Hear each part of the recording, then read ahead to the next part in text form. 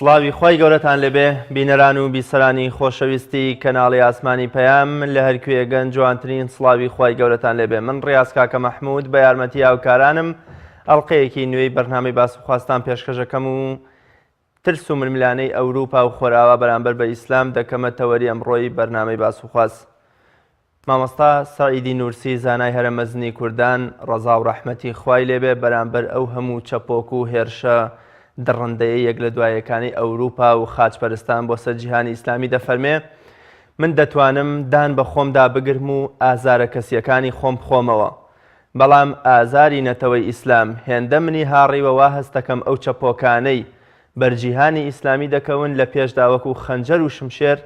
بە دڵ و گیانی مندا دەچن. ئەوروپا لە ماوەی ڕابردوودا تا ساڵی 1970 و 1909 و 1924 لە وڵاتی خۆیەوە لە ڕێی هێزی خاچپەرستی و لێشاوی خاچپەرستیەوە بەردەوام لە ململانێ و ترس و شەڕ و ئاژاوەیەکی بەردەوامدا بوو بەرامبەر بە جیهانی ئیسلامی و بە موسڵمانان و گومان خستنە سەر ژیانی پڕ لە معنەویەت و پڕ لە خۆشەویستی و پێکەوە ژیاوی نێوان موسڵمانان. دوای ڕمانی خلافەتەکەی ئێمە و منارەی خلافەتەکەمان لە 1924 لە ئیسلامبولی پایتەختی دەوڵەتی ئیسلامی، ئەوروپیەکان لە ئێستادا هەم لە ناوخۆی وڵاتەکانی خۆیان دەستمان لێ هەڵناگرن، هەم لە وڵاتی خۆشمانە دەیەها دکتاتۆر و عەسکەری وەکو قەزافی و سەدام و حوسنی مبارەک و حەمەڕەزا شای ئێران و بەشار ئەسەدیان بۆ گەلی موسڵمانی بەژمەینەتی ڕۆژهەڵاتی ناوەڕاست قوت کردوتەوە و بەرژەوەندیەکانی ئەوروپا دەپارێزن و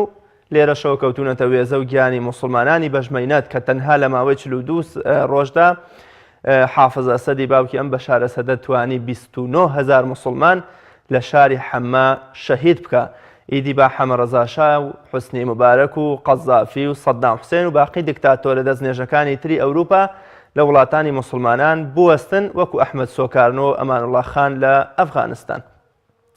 ئێمە لەم بەرنامەیەدا ئەو ڕووداوە نەخوازراوەی چەند ڕۆژی ڕابردووی ڕۆژی هەینی لە نیوزلەندا کە تێیدا 49 موسڵمان تێیدا شەهید بوون لە ناو جەرگەی یەکێک لە وڵاتە پێشکەوت و بەناو دیموکراسی خواز و ماف مرۆڤ خوازەکانی ئەوروپادا یان ئەمریکادا دەکەمە تەوەری ئەمڕۆی بەرنامەی باس و خواز کە ئەوروپا و خۆرئاوا و خاچپەرستان ئەم هەموو ترسەیان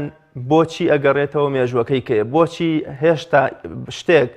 زاراوەیە کە خۆیاندایان هێناوە ئیسلامفۆبیا بەرامبەر بە ئیسلامێک کە ئاینی ئاشتی و پێکەوە ژیاوی و خۆشەویستی و مرۆڤ دۆستی و ژینگە دۆستیە هێشتا ئاوا بەو ترسەوە بەو ململانەیەوە لەگەڵ ئیسلامدا هەڵسوکەوت و مامەڵە دەکەن. لەگەڵ دیار شێخ محەممەد بانگخوازی ئیسلامی پێکەوە تاوتوی ئەم پرسە دەکەین. مامۆستا دیار زۆر بەخێر بێ و سوپاس بۆ ئامادە بوون. مامۆستا پرسم ترس لە ئیسلام بۆچی؟ لە هاتنی پێغەمبەری خوا صلی الله علیه و سلم شەمشەمە کوێرەکانی ئازادی ئەوانەی کە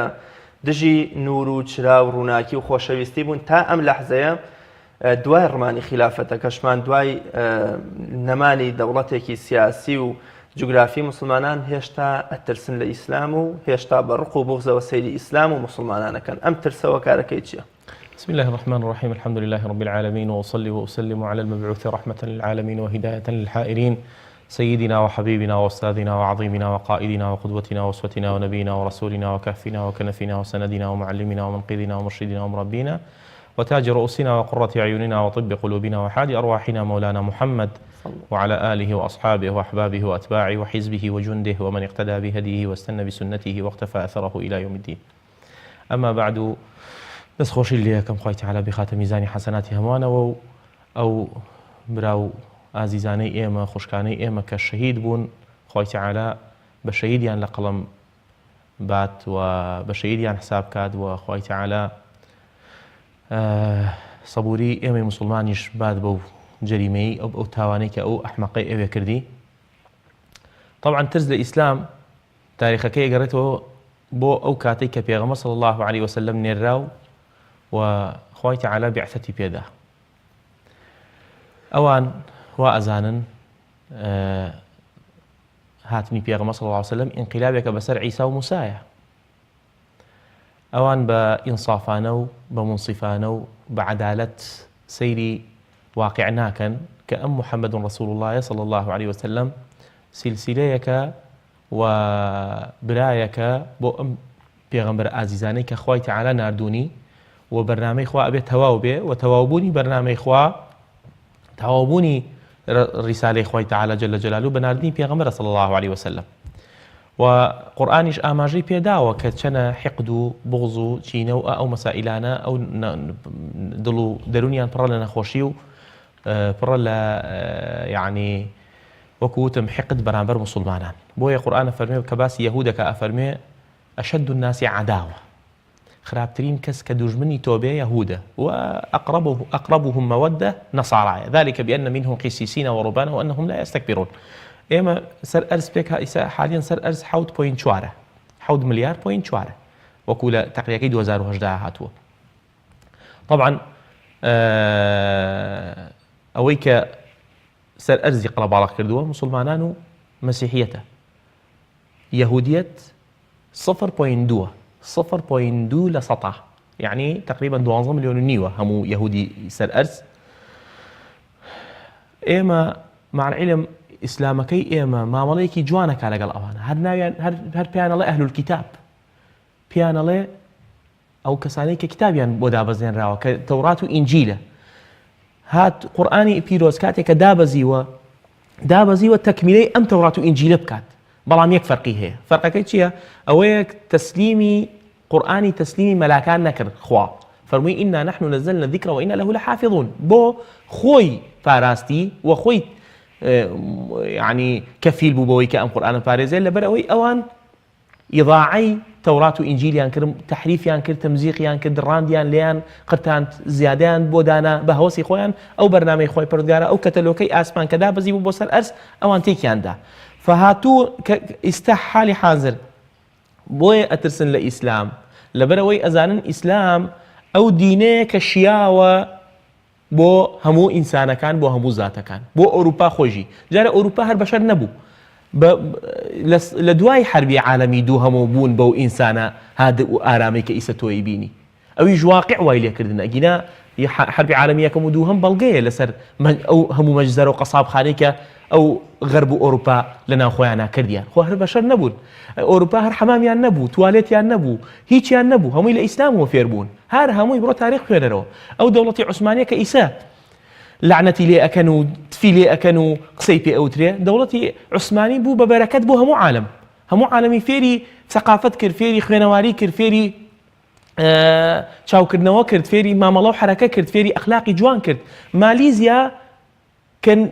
لسطا 64 مسلمانة هو ماليزيا يك داعي نشوت ناو ماليزيا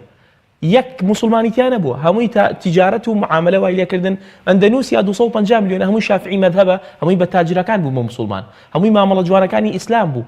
اسلام هاتوا برنامجي بيشكش كردوا كناي قرآن ام قرآن بيروزا قرآن تحدانك اخوات تحدانك قل لئن اجتمعت الانس والجن على ان ياتوا بمثل هذا القرآن لا ياتون بمثله ولو كان بعضهم لبعض ظهيرا اجر هوي كوبيتوا انس وجنوكا اول واخير يعني كوبنا قرآن بين وكو ام قرآن في صلى الله عليه وسلم ناتوانن هرجيز ناتوانن فاما ام قرآنيه ترسيخ صوتها بريان اوان انجيل وتوراة هج كسي هستاوا بهوسي خوي قوريوتي 1400 ساله بزميناوتو قرآن 1400 ساله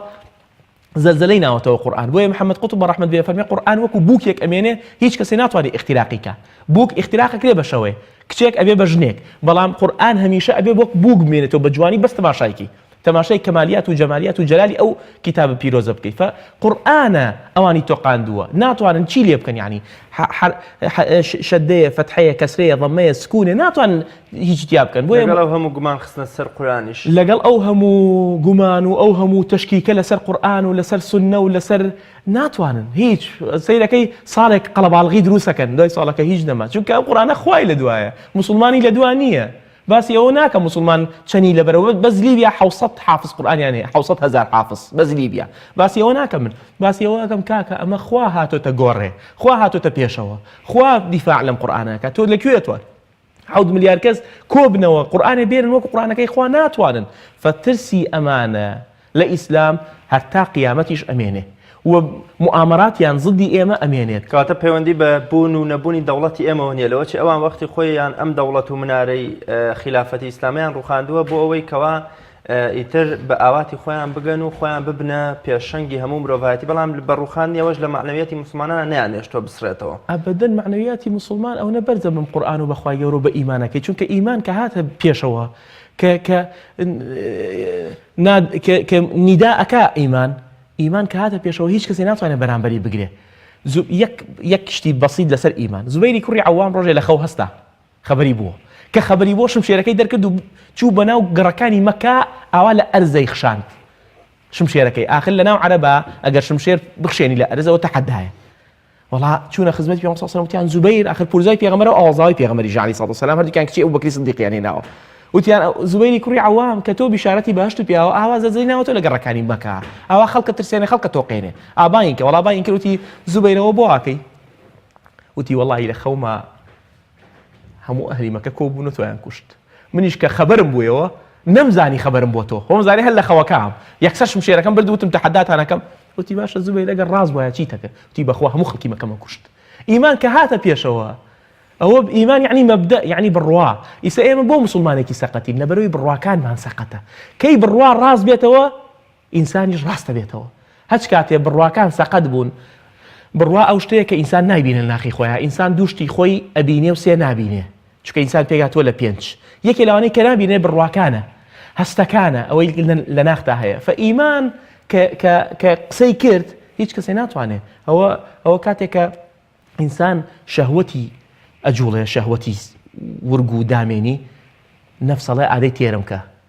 ئەڵێ ئاخر زەواجم نەکردووە ئەڵێ بڕۆ زینا بکە ئەوە عەقڵ و تێکەڵبوونی ئیمانەیەتە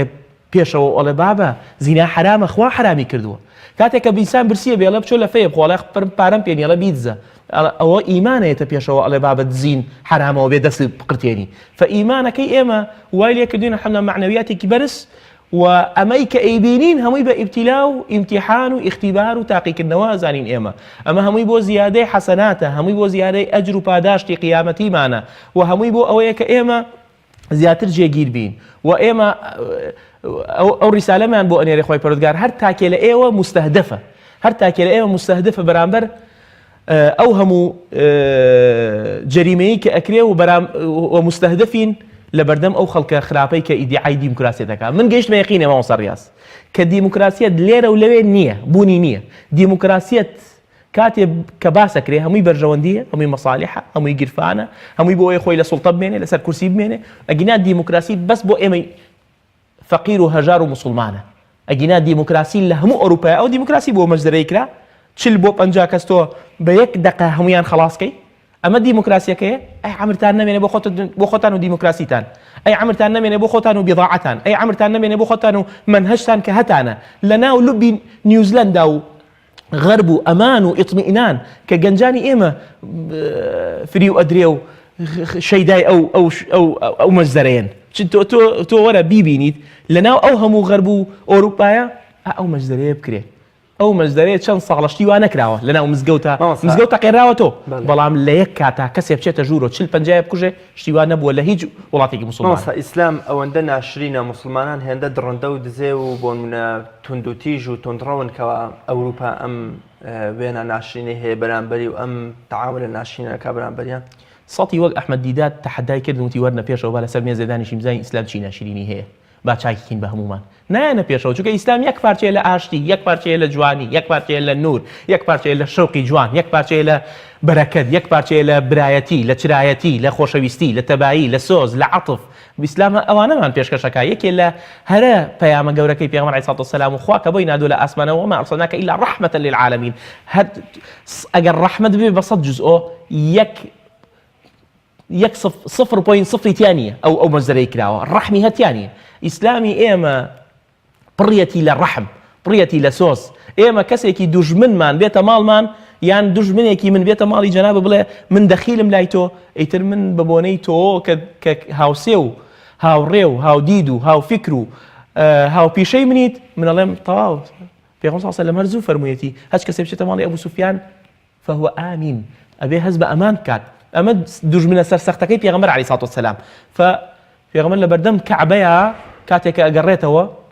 لە فەتحی مەکەیە بە 10,000 چەکگارۆ ئەڵێ بیرتانیە یەکێ لە ئێوە کاتێ سوجدەمە برد هات پێی نا بەملما بیرتانیەیەکێ لە ئێوە کاتێک کە سوجدە ئەبرد پیسایی ناوسکی حشتریە ناو ماذا ترون لو أني فاعل بكم ئیسا من چیتان لێ بکەم وەڵا یەکێک گوتی کەریم یەکێک وتی کورە باوکی ژە کەریمە بەخشندەی تۆ باوکی ژە بەخشندە بوو وتی اذهبوا فأنتم الطلقاء ئەوە منهەجی ئێمەیە هیچ شتێکی جوانی تیانە و هیچ شتێکی ناشرین تیانە هەمووی جوانیە هەمووی گوڵە هەمووی نازداریە ئەوە ڕق و داخی ئەوەیە کە هینی باب لە ئینجیلەکەی ئەوانە ئەڵێ یعقوب و لوط زینایان لەگەڵ چی خۆیان نەکردووە لە ئینجیلی ئەوانە ئەوە هاتووە ئەمەیە دەرس و دەورە ئەیەن بە مناڵەکانیان کە پێغەمبەرێ خوا بینێ لە چەند پاک و تەمیزە پێغەمبەرێ ئیتر مستەفایە مختارە خوا هەڵیە بژێرێ ئەوان ئەڵێن زینای لەگەڵ کچی خۆیان کردووە ئەوان ئەڵێن خراپەی لەگەڵ کەسا کردو بابە ئێمە ئەو موساش عەلەیهی سەلام کاتێ لە قورئانە ئەیگێڕێتەوە ئەڵێ کەسەکەی کوشت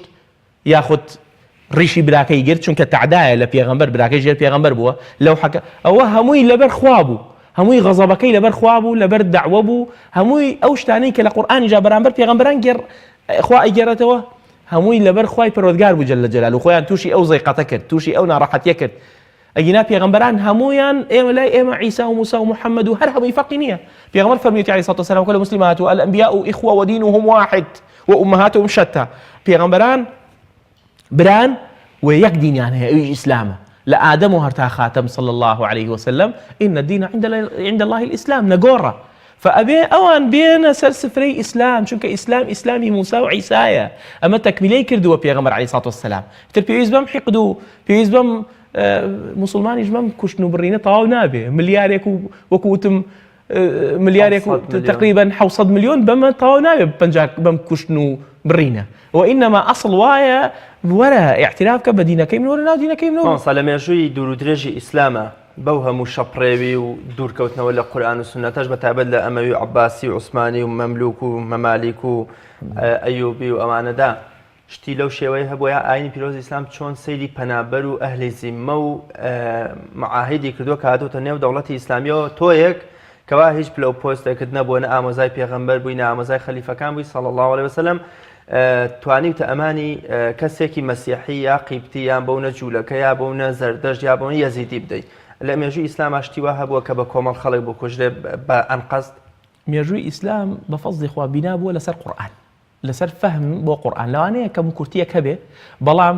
هیچ شێوەیەک لەم شێوانەی تیانە هیچ سوورەیەک لەم سوورانەی تیانە چونکە ئیسلامی ئێمە قورئانی ئێمە فەرمێ وەلەقەد کەڕەمنا بەنی ئادەم هەموو بەنی ئادەم مکەڕەمە دعك عن دينه واز لديني بينا واز لمنهجي بينا واز لمذهبي بينا إما وكو إنسانية هر هموي مكرم الله إخوة پروردگار جل جلاله مسلمانك ومسيحيك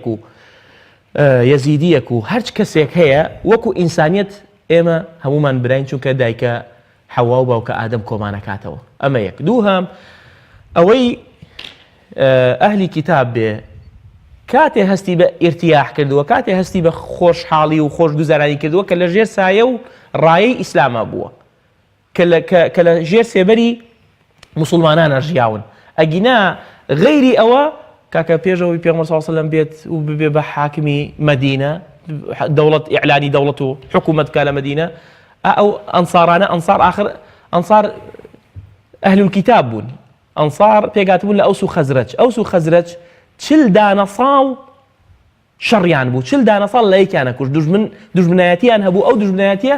دانە ئەمریکایەوە وازی لێ نەهێنرا ئیلا بە مەجیء و هاتنی پێغەمبەر نەبی عەلەیهی سەڵاتو وەسەلام ئاوی کرد بە ئاگریا و کردنی بە برا چونکە قورئانە فەرمێ ئینەمە المؤمنون ئیخوە ئیمامی ڕازیە فەرمێ ئینەما ئەداتی حەسرە ئەگەر برایەتی ڕاستەقینە هەبێ لەناو ئیماندارانایە فئێمە هەمومان بە یەک چاوس سیر کراوین لەلایەن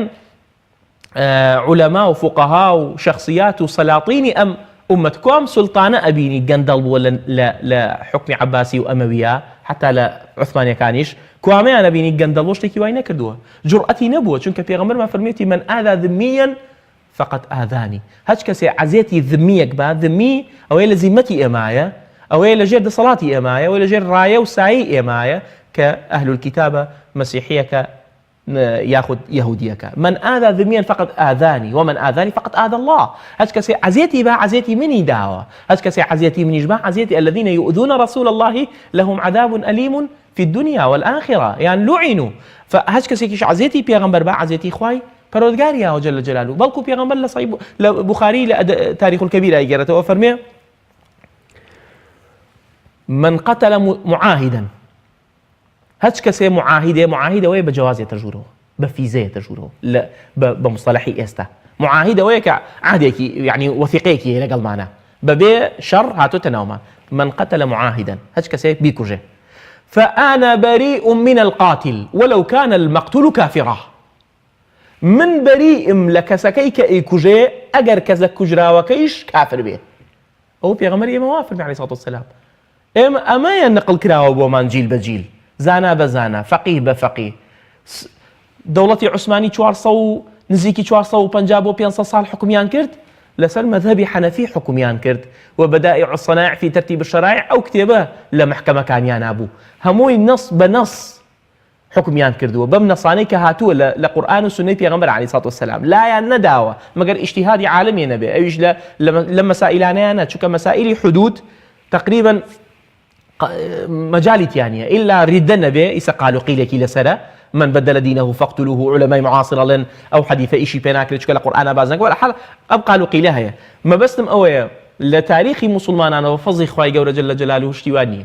شتیوا نەقەوماوە شتیوا بینی مەجزەرەیە بکەیت چل پەنجایەک ئیلا بە کەتن لە خۆیانەوە نەبێت کەتیان کردووە ڕەدیان داونەتەوە. گەلی ئەوروپی لە فراغێکی ڕۆحی و دەرونی زۆر ئاژین و شیرازەی کۆمەڵایەتی و خێزانیان پساوە کەس ینی ئەو بەها کۆمەڵایەتی جوانانەی کە ئیسلام هەیەی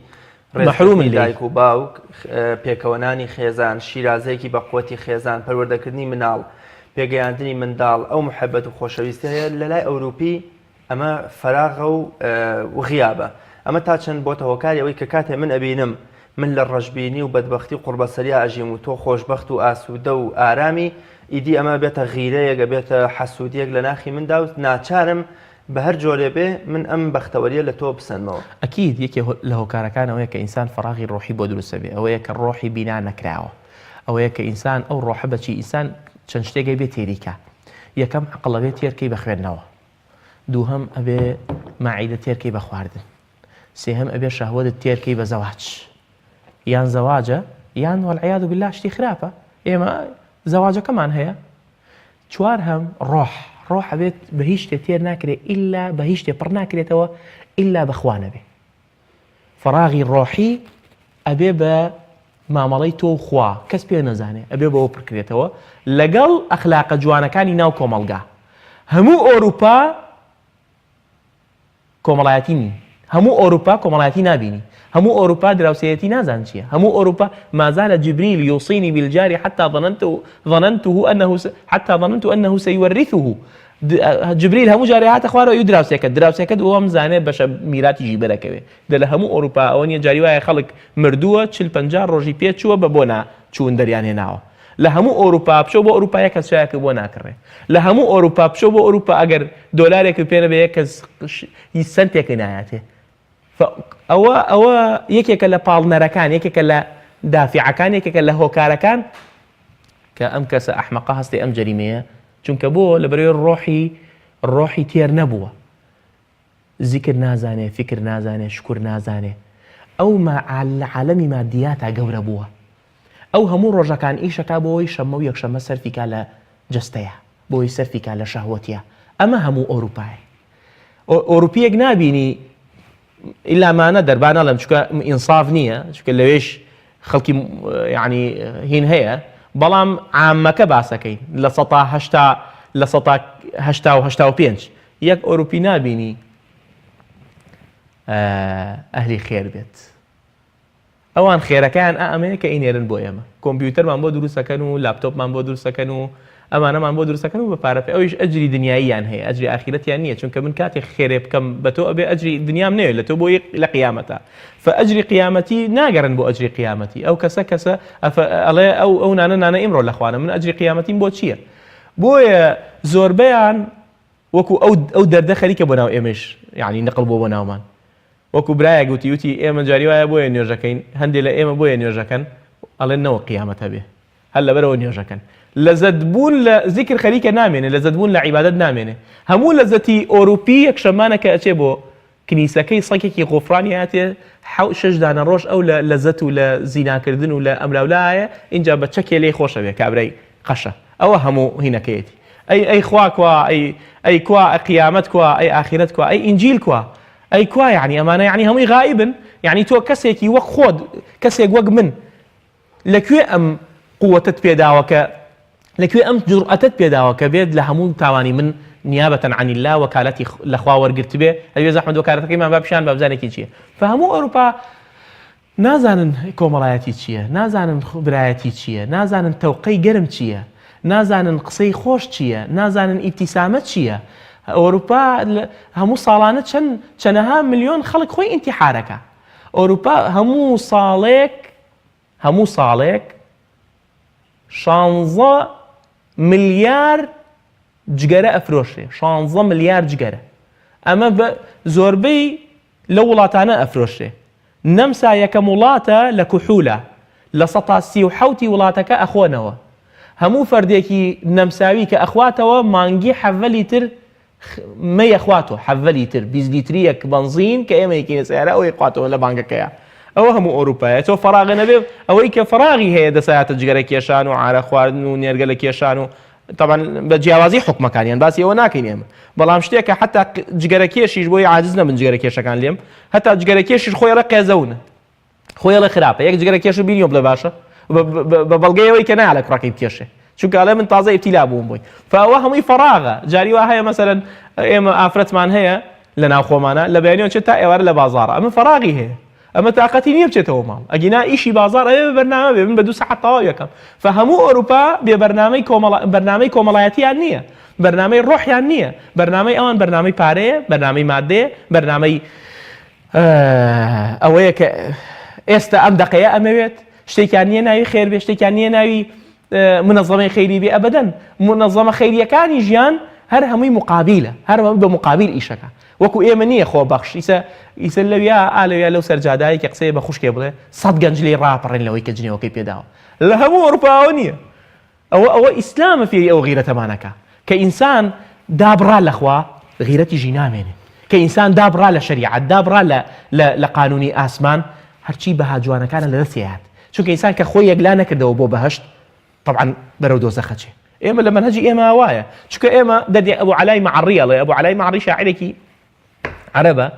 ئەڵێ شاعیر و لەگەڵ منەجیم ئەوەیە کە ئیشی فاڵ و فاڵچێتی و ساحیر و ئەو شتانە ئەمەی کە کاتی خۆی لە ئەستێرەوە ئیشیان کردەوە بە ئەستێرە ئەڵێ ئەم دوانە مناقەشەیان لەگەڵا کردم وتیان شتێک نییە ناوی ئاخیرەت بێ وتم بابە ئێوە ئەڵێ نییە و منیش ئەڵێم هەمە من ئەم بەرنامەیە جێبەجێ ئەەکەم لە ئەخیرا ئەگەر ڕۆشتینەوە نەبوو خۆ من خەسارەتمەند نیم بەڵام ئەگەر من جێبەجێ کەم و ئێوە نەیکەن کە ڕۆشتینەوە هەبوو ئێوە خەسارەتمەندن فئێمە ئاڵین وەرن بۆ ئەم قانونە جوانە بۆ ئەم بەرنامە جوانە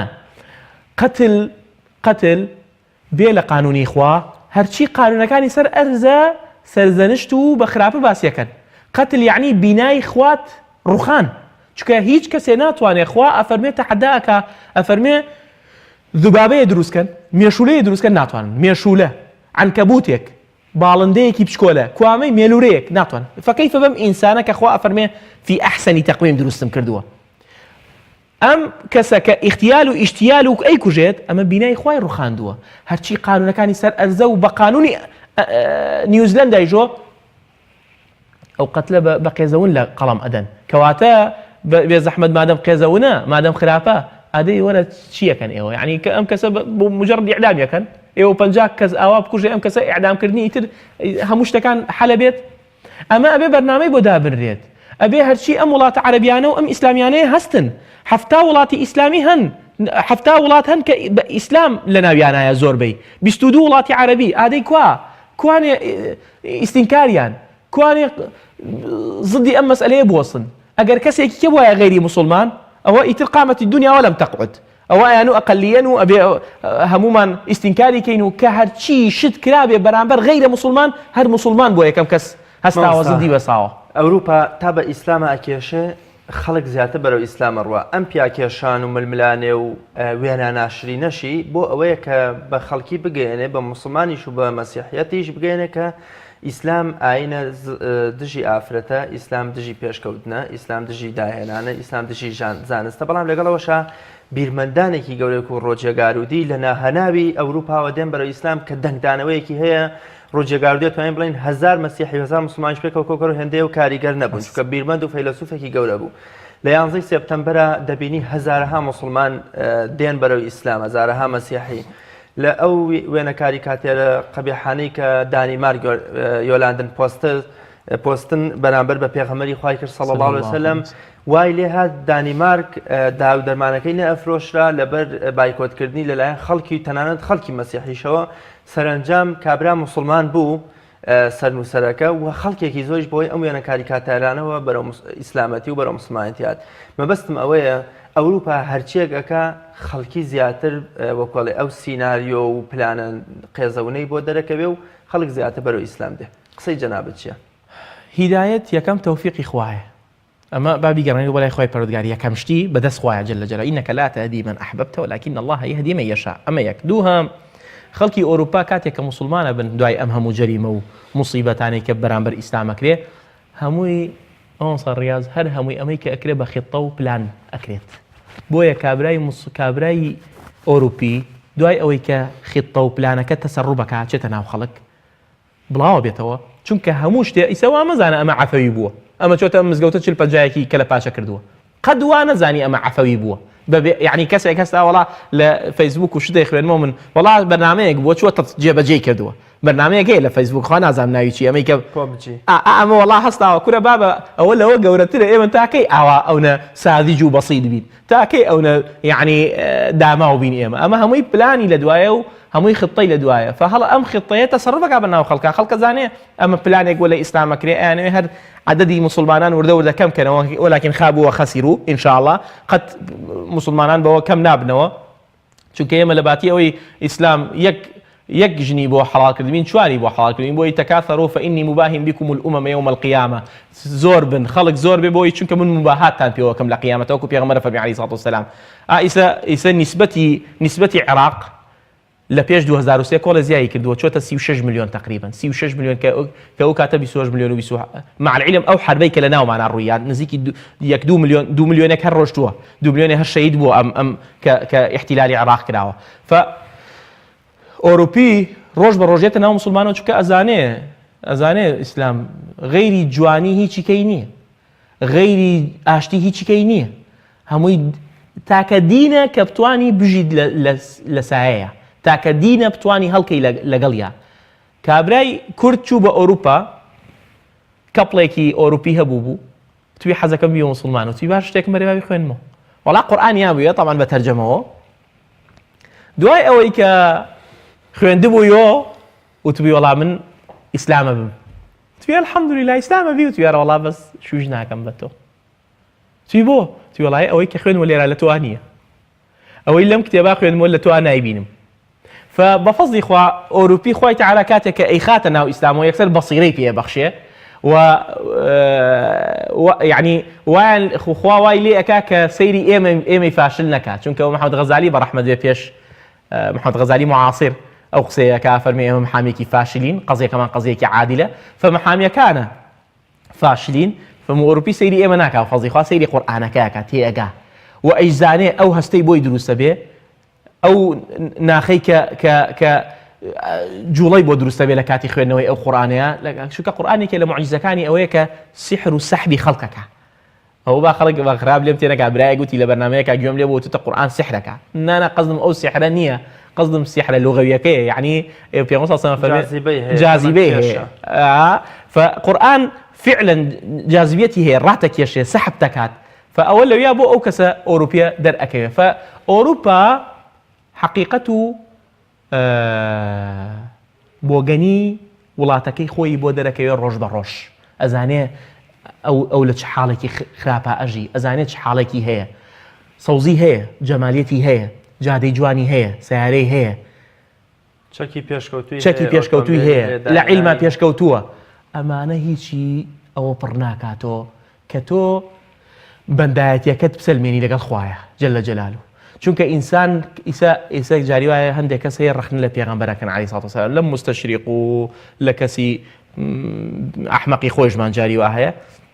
هەندێک ڕیوایەت هەیە پێغەمبەر صلی الله علیه و سلم نۆ خێزانی هەبوو و هەر هەموو شەیە چۆتە لای هەن ئەڵێ باشە پێغەمبەر صلی الله علیه و سلم ئیش و کاری نەبووە ئیلا شەهوەت نەبێ ئیلا بابە پێغەمبەر عەلەیهی سەلاتو وەسەلام ئیشە گەورەکەی ریسالەت و بەڵام ریسالەت و نبووەتە بەڵام خۆ بێ وەکو پیاو بژی خۆ ئەبێ پێغەمبەر صلی الله علیه و سلم وەکو عالەم بژی چونکە خوا حکمەتەکە لەوەیە خوا لە خۆمان پێغەمبەرمان بۆ ئەنێرێ جا من کە جبریلم بۆ بنێرێ و جبریل بێتە ناومان ئەوە هیچ چینێکی تیا نییە بۆیە خوای تەعالی اختیاری پێغەمبەری کردو عەلەیهی سەلاتو وەسەلام یان اختیاری پێغەمبەرێکەکە لە بەنی بەشەر لە جنسی بەشەر ئەبێ شتی هینیشی تیا بێ فەیەکێ لەوانەیە کە ئەبێ تیامانە بێ و تیامانە موجود بێ ئەبێ ئینسانەکان لە ناخۆ خوای خۆیان بناسن دع الخلق وابدأ بالحياة ناوی کتێبێک نییە یەکابرا خۆی انتحار کرد ئەی کوا قەلەقەکە ئەی کوا دع قەلەقەکە ئەی کوا وازێنانی ئەو ناخە خراپەی کە بۆ دروست بوو دوایی ئەی بۆ دروست بوو یعنی بۆ ئینسان کەواتە غیابی خوایی لە جسمی ئینسانە لە ناخی ئینسانە غیابی خالق لە دڵمانە ئەم مەسائلانەمان بۆ دروستەکە کە ئیمڕۆی بینین و کێشەکە ئەوەیە گوێم لە مامۆستایەکی خۆمان بوو مامۆستایەکی ئەحمەق ئەیوو فەلسەفیەن لە یەکێمەوە ئەمیشەی نیوزیلەندا زۆر باشی کردم کابرایە تۆ وەرە ئەوە ئەحمەق بی یعنی هەتا ئیسا ڕئیس وزەرای نیوزیلەندا بۆ بزان بینی لەبەر مسلمانان لەچکی کردبوو لەچکێکی یا بوو بەسەر یا جلی ڕەشیژی لەبەرا بوو وابزان ڕئیس وزەرای ئەوێ بوو ئەگەر هەڵە نەبم تۆ وەرە کەسێک لە دایک و باوکێکی مسلمان هات بێتە دنیاوە و لە عایلەیەکی مسلمان هابێت ئیسا بێت لە ناو کۆمەڵگای ئیسلامان بڵێ دڵی ئەم هەموو مسلمانە ڕان نەگرێت تۆ سەیری ئەوە جەریء بی بۆ یەڵێم ئەحمەقە ئەوە ئەحمەق بی بەرامبەر ئەم هەموو مسلمانە بڵێ ئیشێکی باشی کردووە من فەلسەفیان لە یەکێمەوە بەڵێ مامۆستا خوێنی مسلمان بۆ هەرزانە ئەگەر مەسیحیەک لە ناو جەرگەی ئەوروپا یا لە وڵاتێکی مسلمانە قەشەیە گیرا لە تورکیا هەموو ئەوروپا بۆی هاتە دەنگ ئەگەر لە فەڕەنسا ئۆتۆمبیلێ بڕوا کۆمەڵی خەڵک بشێلێ کە هەر هاوڕەگەز و هاوئاینی خۆین ئەوی ژەر توندڕەوێکی مەسیحی بۆ یا لە نەرویجا ئەو کەسەی کە چەند ساڵێ بەر لە ئێستا ৭ کەسەکەی کوشت بەڵام ئەگەر بە هەزارەها مسلمان بکوژرێ وردە هەر لە ناو وڵاتی مسلمانانیشا زۆر ئەهمیەت و گرنگێکی وای پێ نادرێ ئەمە هۆکارەکەی بۆ چیە گەڕێت قورئانە فەرمێ ولن ترضى عنك اليهود ولا النصارى حتى تتبع ملتهم ئەوە قانونە لە ناویان هەیە هەر تا نەبی بەوان ڕازی نابن لێت چونکە ئەوان حەزەکەن تۆ بێتە سەر دینەکەی ئەو بێتە سەر ڕێباز و مەنهەجەکەی ئەو ئەزانێ مەنهەج و ڕێبازەکەی تۆ ڕاستە حەقیقەتە بۆ ئیسا ئەو هەموو بلیمەتەی ئەو هەموو سیارە جوانە و لانگرۆزەر شتەمان بۆ ئەنێرێ بۆ ئەو هەموو بلیمەتە نازانن ئەم دینە چەند جوانە بۆ دیراسەیان نەکردووە بۆ مؤتەمەرەکەی بیدایاتی 1900 کە دروست بوو مؤتەمەرەکەی 16 بۆ حەڤە بۆ 1916 حەڤە کاتێکە وتیان چۆن قەزا بکەین لەسەر ئەم قورئانە یەکێک کەستا قورئانی دران کەرەوەتی دانیشە ئەحمەق ئەو قورئانەوە ئیمڕۆ درانبان قورئانە هاوچی قورئانی سەر ئەرز کە زۆر مستەحیلە کۆی کەینەوە بیدرین لە سڵنگەکانە هەیە یەکێکی هەستا وتی دەسەکەینەوە مسلمان کوشتن تی نابێ ئەمەش نابێ ئەمە حەل نییە یعنی یەکێکی هەستا وتی با بەواز بێنن نە مسلمان کوژن نە قورئانیش لەناو بن ئەی چی بکەیت تی باشترین حەل ئەوەیە تەکنەلۆژیا بنێنین بۆ وڵاتەکان تلفزیۆن سێتەلایت قەناتی تەرتیب ئاوا قسە بکات دوی شەو لەگەڵ یابانە دوی شەو ئەمریکا بێتە بەرچاوی چ سوورەیەک و چ ڕسمێکی بێتە بەرچاوی طبعا بالمناسبە ئەو وڵاتانەی کە زۆر ئیباحیەت ئەکەنەوە لە ڕیزمەندەکە 11 وڵاتی مسلمانی تایە یەکێ لەوانە میسڕە یەکێ لەوانە سوودان یەکێ لەوانە ئێران یەکێ لەوانە سعودیە کوێتە بەحرێنە 11 وڵاتە تورکیای تایە ئەندەلوسیاژی تایە ئەمە کە مواقعی ئیباحیەت ئەکەنەوە وتی بەوانە با مسلمان کاڵکەینەوە کە ئەوە بەناو مسلمانە بێ بەناو فمسلمان بۆیە خوێنی هەرزانە چونکە خۆی هەرزان کردووە ئەها قورئان چۆن باسی قسەکەی داودەکە لە ئەواخری سوورەتی بەقەرە بە قسەی جالوت و طالوت ئەڵێ ئەفەرمێ إن الله مبتليكم بنهر فمن شرب منه فإنه فليس مني ومن لم يطعمه فإنه مني إلا من اغترف غرفة ئەفەرمێ خوا تاقیتانە کاتەوە لەم شەڕا کاتێ بە ڕێگەیە ئەڕۆن ئاوێ گێتە ڕێتان هەچ کەسێ لێی بخواتۆ لە من نییە هەچ کەسێ لێی بخواتۆ لە من نییە ئیلا مشتێ نەبێ ئەو نەیکە بەدەم ڕێوە بیخۆی نەک دانیشیت خۆ تێر ئاوکەی لە ئەخیرا فەشەریبوا منه إلا قەلیلا کەمێک لەوان ئەها خوان نەسرەتی ناو مەعرەکەی معلق کردووە بە نەسرت لەسەر نەفسی خۆت کاتێ نێڵم تونیمە و ئەو نەخۆمەوە بە ئەمری خوا ئەوە سەرکەوتنی سەر نەفس سەرکەوتنە لەناو جەنگا ئێمە لەسەر نەفسمان سەر نەکەوتوین بۆیە لەناو جەنگا دۆڕاندومانە بۆیە لەسەر زەوی دۆڕاندومانە شەڕەکەی فلستینیەکان و یەهودیەکان لە 46 بوو نازانم چە نەبوو چلو ئەو نەبوو کوڕێک چوو بۆ لای مامۆسایەکی فلستینی وتی مامۆسا زۆر قسەیەکەیە لە ناخمایە وتی چییە وتی باش خوا بۆ مەلائیکەی بۆ دانە بەزاندین وەکو معرەکەی بەدر دیفاعمان لێ بکە کاتێکە شەڕمان کرد لەگەڵ یەهودا وتی ڕۆڵە دای بەزاند مەلائیکەی زۆر دابەزاند بەڵام لێی تێک چوو مەلائیکە لەبەرەوەی هەمووی نەفسی جری لەبەرا بوو نەفسی حەفری کردبوو نەفسی زیان و قژی چا کردبوو لێی تێک چوو نەیزانی کەوا مسڵمان کارێ کوامە یەهودیە طبعاً ئەمە ئەگەر هینیش بێ معناکەی جوانە وتی مەلائیکەش فەقیرە گەڕانەوە بۆ ئاسمان نەیانتوانی دیفاع لە مەسائلانە بکەن فمەبەستم ئەوەیە مسلمان بۆیە خوێنی زۆر هەرزانە لەبەرەوەی خۆم هەرزان کردووە خۆم ئەسڵەن یعنی خۆم هەر بێ قیمەت کردووە ئەم ئومەتە زۆر بە هیممەتە زۆر بە قیمەتە بەڵام نازانم ئاوا چۆن ئاوا خەڵک خۆی بێ قیمەت کردووە یعنی یەکێ بۆ پارە یەکێ بۆ پارو یەکێ بۆ کاسە یەکێ بۆ قاسە یەکێ بۆ کورسی یەکێ بۆ کولێرە یەکێ بۆ منسەب یەکێ بۆ بابا ئەمانە هەمووی فڕێیە ئەبوو ذەر هەر ئەو گلەیەی لەسەر لە سیرەیە کە وتی یا پێغەمبەری خوا بمکەوە بەوالی وتی با بە داوای والەتی مەکە نەدامەتە لە قیامەتە ئەرتا ئیسا ئەو قەزەی لەسەر ئەبوو ذەر بۆیە لە خلافەی ئیمامی عوسمانیژا بینی هەر باش نەبوو هەر مشکلە هاتە سەری و دەرکرا لە مەدینە و لەسەر هەندێک ڕیوایەت طبعاً وإن كان ئیشکالی تایە ڕیوایەتەکان مەبەستم چییە مەبەستم ئەوەیە دینی ئێمە ئەم دینە جوانەمان هەیە ئەبێ موسڵمان جوان کات و ئەبێ موسڵمان خۆی پێ جوان کا خۆمان کاتێ ئەین لە ئینسان کاتێ جوانە بێ بچێتە ناو ساڵۆنی ئیسلامە خۆی بیا لە ساڵۆنی قورئان غیری قورئان ساڵۆن نییە ئارێژگا نییە جوانی نییە ئەبەدەن فەمخوێنی موسڵمان بۆیە هەرزانە لەبەرەوەی خۆمان هەرزان کردووە دوایی یەکمان خۆش ناوێ پشت یەکمان نەگرتووە دەستی یەکمان نەگرتووە دیفاع لە یەکتری ناکەین المؤمن للمؤمن كالبنيان پێغەمبەر فەرمێ وەکو دیوار و وەکو هین وایە لە لەفزێکا کەلبەنان يشد بعضه بعضا ئەسڵ وایە مسلمانێکی نیوزلندی کاتێک کەوای لێت ئەبێ ئێمە لێرە تەعزیەبار بین ئەبێ لێرە پێوان ناخۆش بێت چونکە پێغەمبەرمان فەرموویەتی مثل المؤمنين في توادهم وتراحمهم وتعاطفهم كمثل الجسد الواحد إذا اشتكى منه عضو تداعى له سائر الجسد بالسهر والحمى كسرمان جان كات همو جستە خەوی لێ ناکەوێ هەمووی بە دیار سەرەکەەوە وێساوە بە دیار پەنجەکەەوە وێساوە فمسلمانیش ئەبێ ئەوا بێ یەکمان خۆش ناوێ پڕ بە بەدەممان پێ ئەکەنین ئەو مەزەرەی نیوزلەندا ئابینین ئەوەی بۆرما ئابینین بەدەم چەرەس خواردنەوە بەدەم بستە خواردن ئەمە على ئەساس خەفەتی شەخوا بەدەم دژ لەمە خواردنەوە ئیساڵێ مامۆسایی چییە نامەوێ ئەمێ فرمێسکێکیان بۆ بڕشی بەس فرمێسکێک غیری ئەوە نە عینانی لا تمسهما النار عین بكت من خشية الله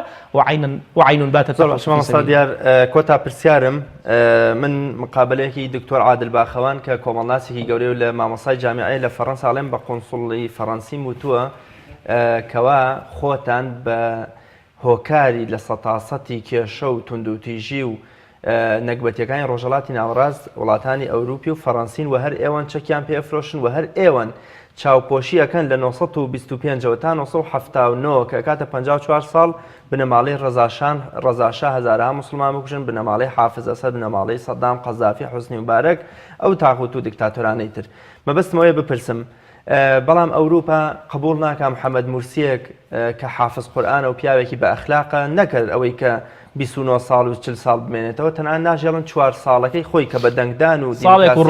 بە دیموکراسی خوازەکەی خۆیان هاتۆتە سەر حکم بە دەنگدان نەشیان هێژمێن یا لە جەزایر ئەوە بوو کە لە سەتانەوە توەشتی مسلمانان دەنگیاندا بۆ حکمێکی ئیسلامی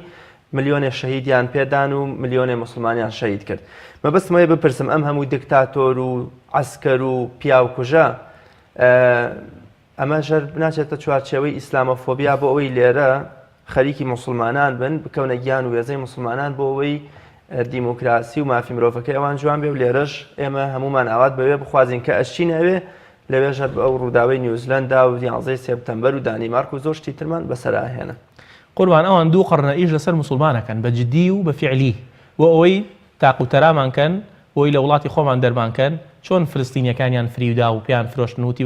بە چەنێ فرۆشتیم خانوتی بە دەفتەرێکەوتی قورآن 10 دەفتەر تێ قورآن 4 دەفتەر تێ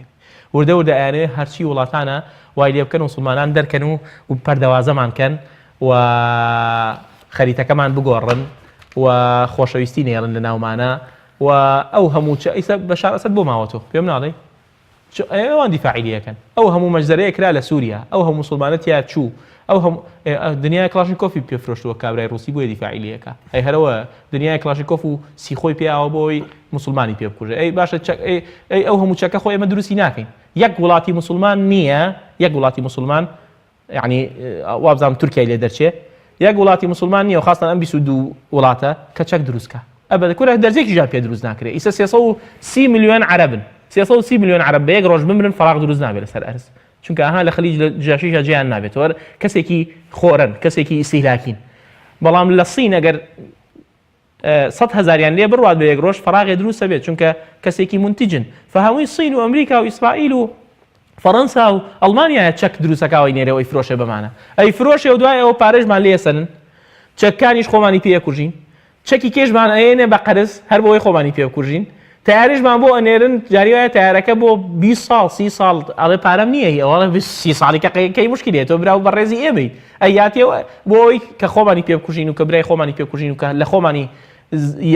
زەقکەینەوە ئیسا هەرچی مشکلەیە و ئیرهابیەتە و داعشە و قاعیدەیە و ئەینێرن بۆ ئەم وڵاتانەی ئێمە ئەگینا خۆ وڵاتی خۆیان ئەگەر شتێکیش بکەن هەمووی بە پلانە ئەوەی 11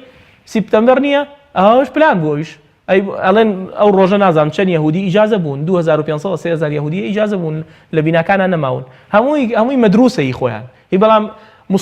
بەس من عاجبایەتیم لە مسلمانێک گێت کاتێکە وڵاتی خۆی بەجێڵێ و ئەچێ هیجرەتەکە بۆ ئەوێ وەڵا بەناوی کارەبانیە وەزعنیە و گوزەرانیە کورە بێکارەبایی و بێتفاقی ئێرە زۆر باشترە لە خۆشگوزەرانی ئەوێ کە تۆ ئەگەر ئاوا لە یەکی بیتەوە ئەی تۆ وا ڕۆشتی ئەی براکە ئەی کەسەکە ئەی دۆستەکە ئەی خزمەکە ئەیوان چۆن نەجاتیانە بێ ئاخر ئەوەیە پەردی کردوین پەردەوازەی کردوین کە ئێمە هەر خۆویستین خەڵک نەویستین خاک نەویستین ئەسڵ وایە خەڵک ویست بین خاک ویست بین خۆ نەویست بین خواویست بین ئاوا بەم مامەڵەیە ئەتوانین شێوازێکی سوورەیەکی جوان دیسان دروستکەینەوە و بیخەینە دەستی ئەوروپا و بزانن ئەوروپا ئێمەکەین و قوتمان چەنەیە ئیسا ئێمە پەردەوازیمان ئەوەی چی کردووە قوتی ئێمەی فی صفر کردووە زۆر باشە زۆر سپاس بەڕێز مامۆستا شێخ محەممەد بانخوازی ئیسلامی کە میوانی ئەمڕۆی بەرنامەکەمەوەی بینەرانی بەڕێز و خۆشەویست گلادستۆنی وەزیری بەریتانی کە بە جیهان بە داگیرکردن بە ناوبانگ بوو لە دوای ئەسکەندەری مەقدۆنی و بەر لە ناپلیۆنیش ئەوەندەی جیهان داگیر کرد بوو ڕۆژێ لە کۆبوونەوەیەکی دەوڵەتەکەیدا قورئانێکی گر بەدەستیەوە و کێشای بە مێزەکەی بەردەمیا و دەڵێ هەتا ئەم قورئانە لە نێو مسلمانگەلدا بێ ئێمە هیچ کاتێ ناتوانین مسلمانان ژێردەستە بخەین و بیکەینە کۆیلەی خۆمان هەر کاتێ ئەم قورئانەمان لە بیر و مێشک و زیهن و بیرکردنەوەی مسلماناندا لابرد و گۆڕی ئەو کاتە دەتوانین بە ئاسانتری شێوە هەم دەرونیان هەم وڵاتەکانیان داگیر بکەین ومێ دەکەم خوای گەورە قورئان کاتە بەهاری دڵەکانمان و بیکاتە و چەکە کاریگەری کە ڕوبەڕووی هەموو دوژمن و نەیارێکی خۆمانی پێ ببینەوە تا بە یەگەشتنەوەیەکی تر بەخوای گەورە مێرەبانتان ئەسپێرم هەر شاد و سەرکەوتوون خواتان لەگەڵ